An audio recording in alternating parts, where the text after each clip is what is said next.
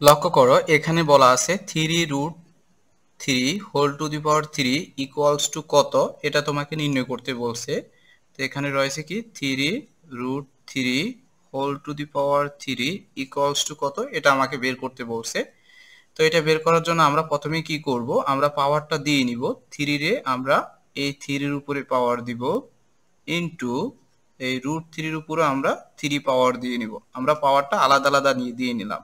এখন এই 3 two the power 3 equals to কত, 27। 3 টু দি পাওয়ার 3 মানে হচ্ছে 3 হচ্ছে তিনটা, তাহলে তিনটা 3 তুমি গুণ করো, তিনটা 3 গুণ করলে হচ্ছে কত, 27 আসবে। ঠিক আছে। আর এখানে লক্ষ্য করো এখানে √3 টু দি পাওয়ার হচ্ছে 3, এর মানে হচ্ছে √3 হচ্ছে কয়টা, তিনটা, √3 ইন্টু √3 ইন্টু √3। ঠিক আছে।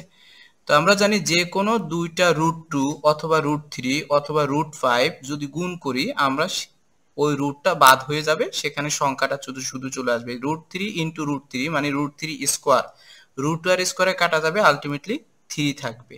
সেম ভাবে যদি এখানে √5 ইন্টু √5 হতো তখন তার পরিবর্তে 5 বসতো। অর্থাৎ দুইটা রুট যদি আমরা গুণ করি, সেম সংখ্যার দুইটা রুট গুণ করলে আমরা শুধুমাত্র ওই সংখ্যাটা পাবো।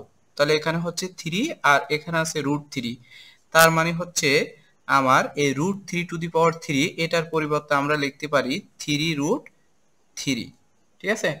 এখন এই 3 কে যদি 27 মানে 27 দ্বারা গুণ করি তাহলে 81√3, এটা হচ্ছে আমার অ্যান্সার।